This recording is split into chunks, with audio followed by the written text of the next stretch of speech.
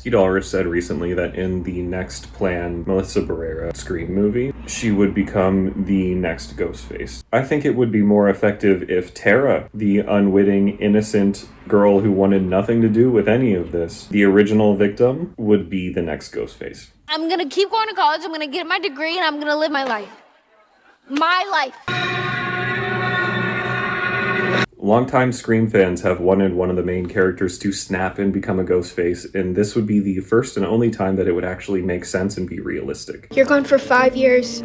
5 whole years, and then I get stabbed and you want to come back and you want to drop all this shit on me? It would give us so many things. She would probably be the one to kill Chad, her love interest. Sam, after coming to terms that she's not a serial killer, realizing that Tara, her sister, is the new killer, she has to use her skills that she's learned to stop her own sister. Like, so compelling, I think. It would be a perfect thematic rebuke in the trilogy of, no, you are not born with serial killer in your blood.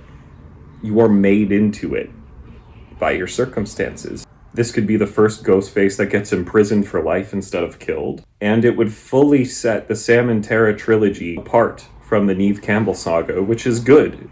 Neither would be better or worse or regressive or progressive from that. It would just be the same franchise discussing a different topic at this point. It would be a different face behind the same mask.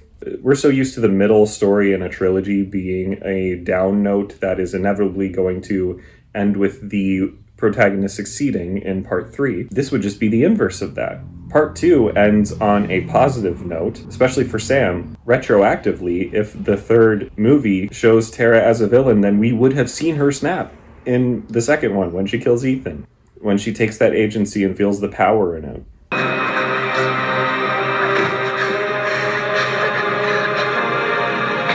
It's difficult to convince me that this wasn't the plan all along, but that plan involves like having the guts to follow through on it, which Scream doesn't often. Scream likes to play it safe most of the time. Let's admit it. It's fun, but it plays it safe. Dewey dying didn't play it safe. We have precedent in the Carpenter trilogy. End with that.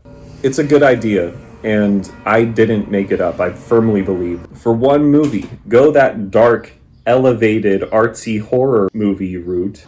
What does that mean, elevated horror?